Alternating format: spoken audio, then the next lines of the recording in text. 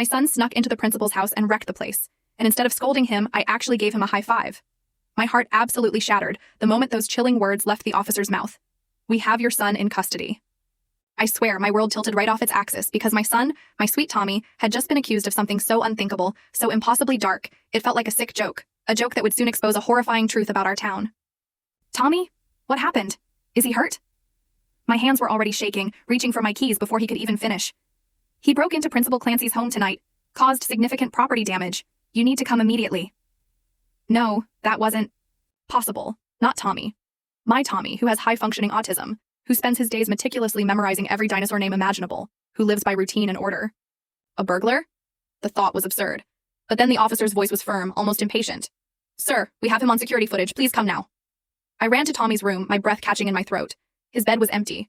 The window, usually locked tight, was cracked open, and there on the floor, muddy sneakers sat on the spot he always kept spotless. A cold dread seeped into my bones.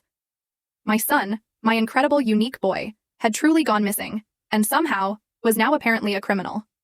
At the station, before I even saw him, Principal Clancy's voice, thick with rage, assaulted my ears. $15,000! That psychopath destroyed $15,000 of my property.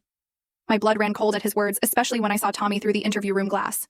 He sat there, perfectly still, hands folded, his lips moving silently, in that counting pattern he did when he was completely overwhelmed, trying to make sense of a chaotic world. Officer Pete appeared at my elbow, his face grim.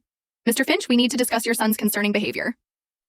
He showed me printed screenshots. Tommy methodically sorting items before smashing them, taking photos of documents, spray painting numbers on walls. No emotion. None. Has Tommy ever displayed violent tendencies? Any diagnosis we should know about? My throat tightened. He's autistic, high-functioning, but he's never... That explains the behavior patterns. The officer muttered, more to himself than to me. We've called in a specialist. This level of calculated destruction, the lack of remorse. Before he could finish, Clancy stormed over, his round face purple with fury. I want him prosecuted as an adult. That psychopath went through my personal files. He's probably selling information to...